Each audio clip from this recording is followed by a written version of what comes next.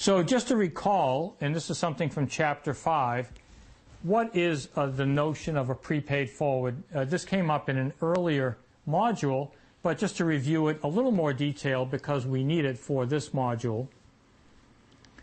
So a forward contract on A, without the P, if we just looked at the forward price 0T on A, that's the price that we agree to at time 0 for the purchase or sale of whatever A is, whatever asset A is at time T.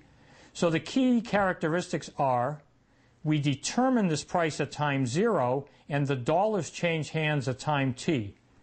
That's the key to this forward price. So this is a price that has no value today. There's no numerical value you can apply to it today. However, the notion of a prepaid forward converts this forward contract into a security price today.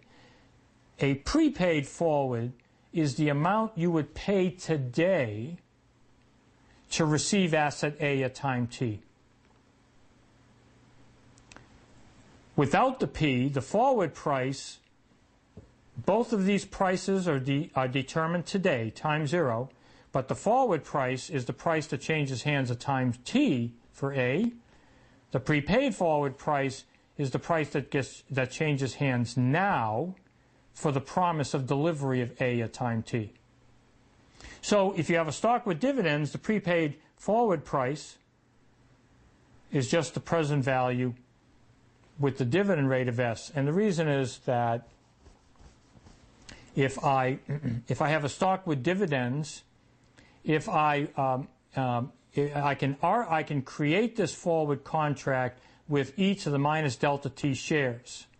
If I buy each of the minus delta T shares, that will in fact become S shares at time T by the reinvestment of dividends. And consequently, that's the amount I would pay today for S. The fixed dollar value of K, what's the prepaid forward price for a promise of K dollars fixed at time T? It's just the present value at the risk-free rate. A unit of foreign currency, it's if X0 is the value of that foreign currency today, it's the present value on the foreign risk-free rate. Again, it's the same idea that if I have, if I want to produce 1 unit of foreign currency, I can buy that unit of foreign currency today for X0 dollars, invested at the risk-free rate, and it'll become 1 unit of foreign currency at time T. So with each of these costs, I can buy a contract which delivers with certainty the promised security at time T. I can buy this many shares of stock, this much T-bill, this many foreign currencies. Not surprising, the Black-Scholes formulas we saw in the prior module satisfy put-call parity, and this is easy to derive because of the symmetry properties of the normal distribution. The generalized Black-Scholes formula involving prepaid forward prices also lend themselves to generalized put-call parity, which is, again, easy to confirm because of the symmetry property of the normal distribution. And the symmetry property is specifically that the normal distribution at minus D is 1 minus the normal at D. In other words, if one looks at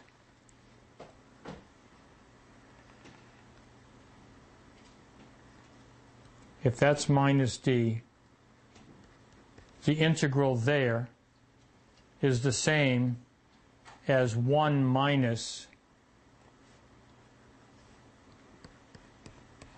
that.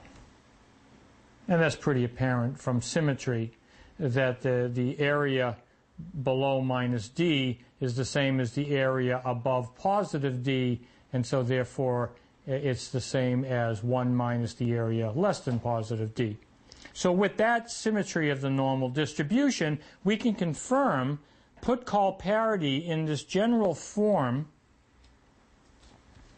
where we called this version 1 in the earlier chapter, namely a long call and a short put, and now we're going to express it in terms of a long call and a short put is the same as a prepaid forward on S and a short prepaid forward on K.